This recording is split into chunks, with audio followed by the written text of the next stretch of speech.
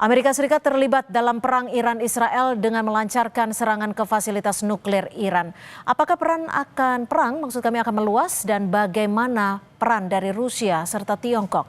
Apakah keduanya akan melibatkan diri dalam konflik ini? Kami membahasnya bersama Guru Besar Sejarah dan Geopolitik Universitas Indonesia. Sudah ada Mas Yon Mahmudi.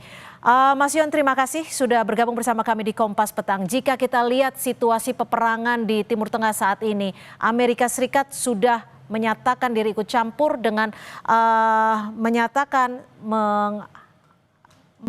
inikan 3 situs nuklir di Iran.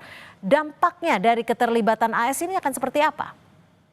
Ya, ini artinya bahwa tensi konflik peperangan ini semakin meningkat ya. Yang sebelumnya kita mencoba memprediksi akan mengalami deeskalasi apabila kekuatan besar tidak terlibat. Ternyata Trump sudah memutuskan dan sudah melakukan serangan ke 3 fasilitas nuklir yang dimiliki oleh Iran.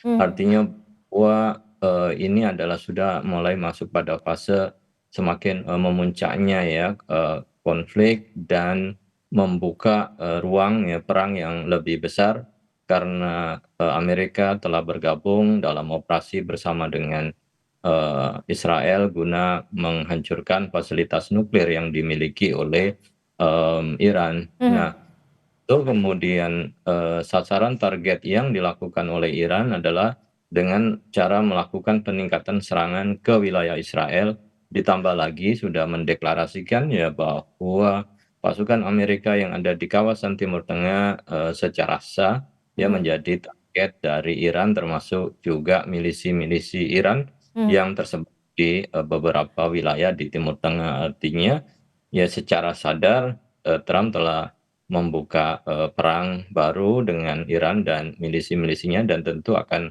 mengancam ya kepentingan Amerika di kawasan secara umum. Tapi secara seberapa kredibel sebenarnya klaim Amerika Serikat ini? Karena kita tahu Iran juga membantah bahwa ada kerusakan di situs nuklirnya. Nah, kalau itu kemudian di situs nuklir yang berbahaya, tenaga ahli atom internasional kan sudah memperingatkan bahwa tempat nuklir itu tidak boleh menjadi sasaran bom, karena itu kan dapat mengakibatkan radiasi atau kebocoran, dan itu mengakibatkan korban yang dalam jumlah banyak. Namun setelah serangan 3 lokasi itu yang disebut Trump sebagai successful ya attack, yang sudah selesai dan sukses, tapi nampaknya dibantah oleh Iran bahwa tidak ada kerusakan yang berarti di 3 fasilitas, dan juga tidak ada laporan adanya kebocoran atau radiasi nuklir. Nah, Ya. tentu akan menimbulkan pertanyaan sejauh mana klaim bahwa 3 dari tempat pengayaan nuklir yang disinyalir untuk digunakan ya di dalam hal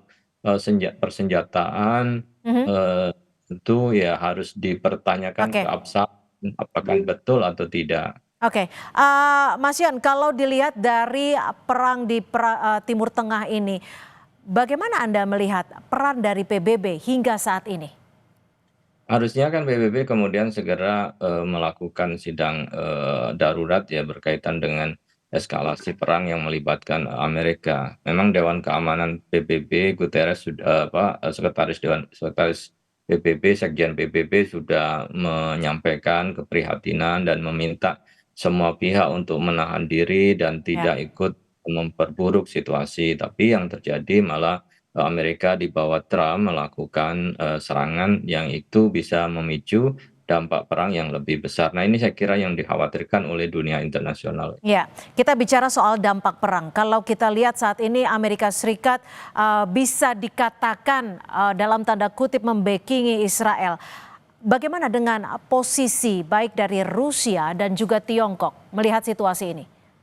Nah, kalau kita lihat Rusia dengan Iran itu kan kerjasama berkaitan dengan kerjasama militer, kerjasama pertahanan, termasuk juga pengayaan nuklir ya, Ya. yang menyebar di Iran itu merupakan kerjasama dengan Rusia. Jadi hampir ada 200 tenaga ahli Rusia yang ada di Iran saat ini. Nah, tentu perlu ada jaminan kalau kemudian ada korban ya, salah satu dari ahli nuklir Rusia, pasti itu akan menimbulkan retaliasi ya, Ya. balasan dari Rusia dan ikut campur. Cina sendiri saya kira juga menggantungkan hampir 90% ya kebutuhannya dipasok dari Iran. Hmm, Kalau itu terhambat pasti juga akan mempengaruhi Cina, dan pasti Cina tidak mau tinggal diam ya, bahwa Iran akan menjadi wilayah yang tidak stabil oke. karena peperangan.